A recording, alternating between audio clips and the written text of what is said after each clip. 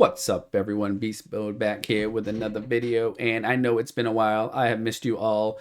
Life has been very hectic, busy, and Edison is just, lower down the list of priorities.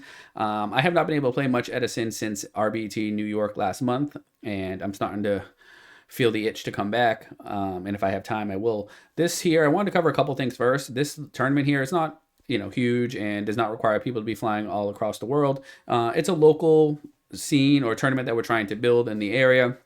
I have not played at this store, number one. Number two, this is not my tournament. But I do know some of the guys who are trying to just grow the community and the tournament scene in our area of Massachusetts. And this is the first tournament at this location this Sunday.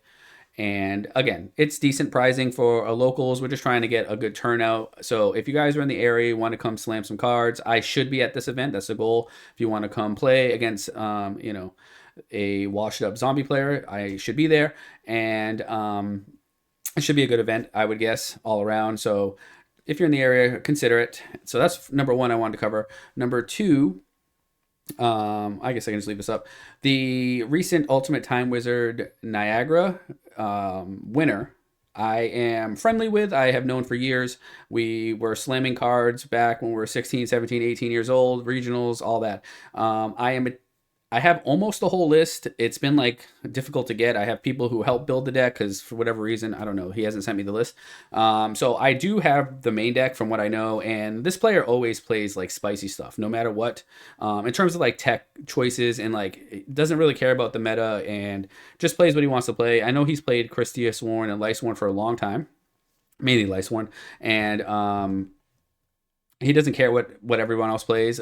Obviously, I'm guessing the main deck, I looked at it very quickly. The main deck is, there's a lot of staple Christia Sworn stuff, but there is a few spicy tech options. So once I confirm the deck list entirely, I will post it. I just don't want to post a deck that doesn't have 40 cards or doesn't have the right cards. It just doesn't make any sense to do that. So once I do that, I will post the Ultimate Time Wizard winning deck list. So that was number two. Number three, today's video is we're going to cover Hero Beat. And the reason why we're going to cover Hero Beat is because I actually think that this deck is ass, but I also think it's positioned pretty well right now. And the reason why is I know last month, and it's been a whole 30 days since I played a game of Yu-Gi-Oh, but last month there was a big rise in popularity of Deck Devastation Virus because everybody was like, screw frogs, we're not losing to them anymore. We're not going to lose to this Dream Frog deck. We're just not going to deal with it. So they all main decked Deck Devi, especially the Value players, the Blackwing players. Some number, whether it be one, there was one value deck that had three that won some online tournament. I don't know, I can't keep track. So needless to say, there was an abundance of Deck Devastation Virus. I know when I played in RBT New York, I probably got deck dev'd 5 or 6 times. Some of them were game breaking and crushing.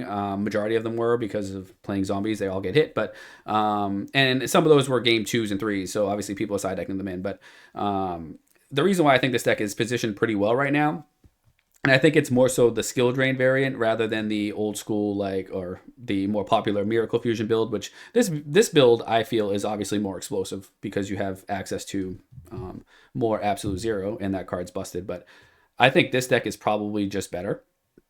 Skill Drain is a broken card. It shuts down everything, obviously. The reason why I think this deck is positioned pretty well right now is mainly because Deck Devastation Virus hits, and these are older versions. I wanted to find Carl Waite's build from RBT New York. I couldn't find the list for some reason. I didn't look that hard, I'll be honest with you. But his build was like a Skill Drain version with more so like Hero Beat control. I think he had some tech side deck choices for the Frog. So if that would be the version I would play. This here is outdated, but it's along the idea where I would probably wouldn't play the Snowman or the Crow and just play big 1900 plus beaters. Deck Devastation Virus typically doesn't hit anything in this deck, like maybe the Ocean. Pretend these aren't here.